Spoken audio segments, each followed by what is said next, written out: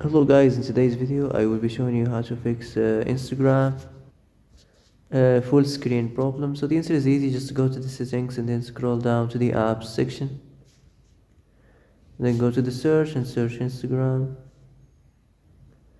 And then go to the storage and here you will find this clear cache option. Click on it. Now you can go check it if it worked, and if it didn't you can try to restart your phone or turn the Wi-Fi off and on, or the Bluetooth or the airplane mode.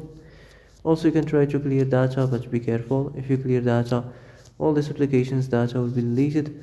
This includes all files, the settings, the accounts, the databases, etc.